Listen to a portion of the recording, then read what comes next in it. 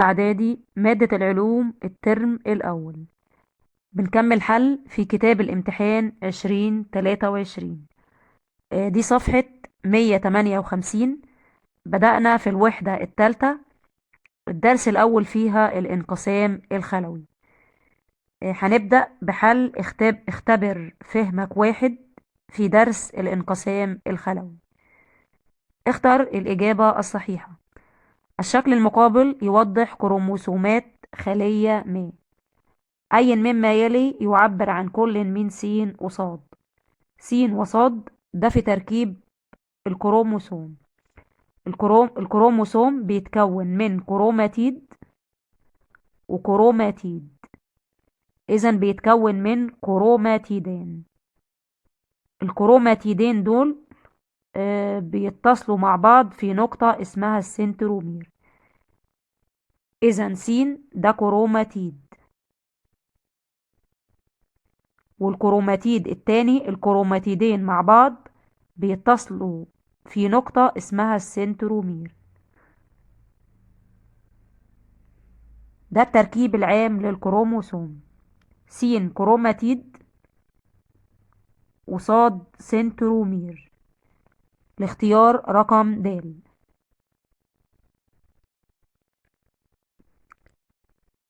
نسبة عدد الكروموسومات في أحد الأمشاج إلى عدد الكروموسومات في الخلية الجسدية لنفس الكائن الحي تمثل النصف.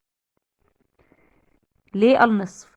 المشيج سواء كان مشيج مذكر أو مشيج مؤنث بيحتوي على نص المادة الوراثية أو نص عدد الكروموسومات N. أما الخلية الجسدية في الكائن الحي بتحتوي على المادة الوراثية كاملة أو العدد الكامل من الكروموسومات 2N. إذن نسبة عدد الكروموسومات في المشيج إلى الخلية الجسدية لنفس الكائن الحي تمثل النصف. إذا كانت كل خلية من خلايا جناح ذبابة الفاكهة تحتوي على 8 كروموسوم، فإن عدد الكروموسومات في خلايا المبيض لها تساوي كام كروموسوم؟ خلايا جناح ذبابة الفاكهة دي خلية جسدية.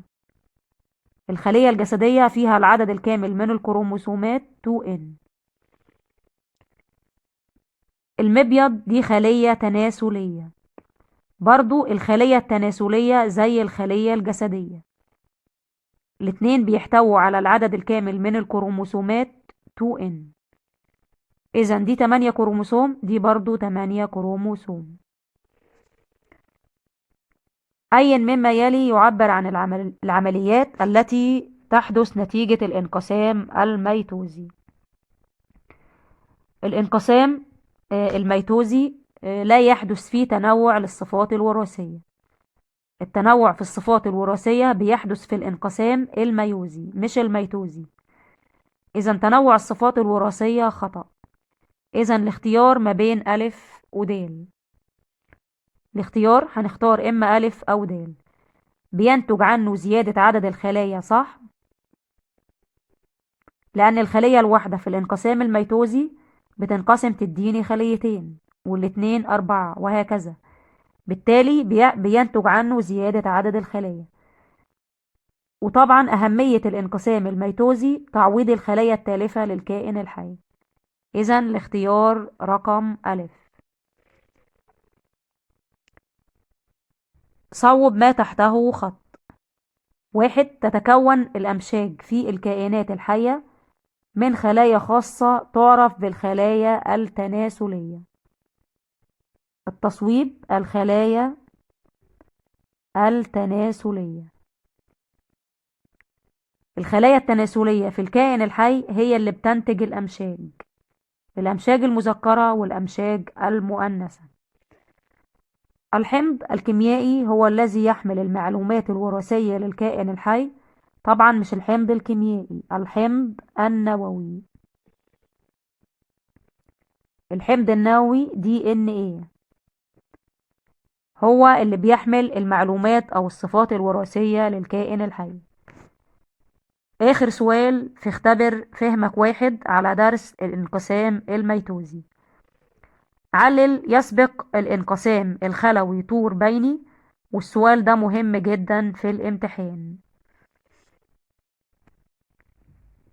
الإجابة لتهيئة الخلية للدخول في مراحل الانقسام، وذلك عن طريق القيام ببعض العمليات الحيوية اللازمة للانقسام.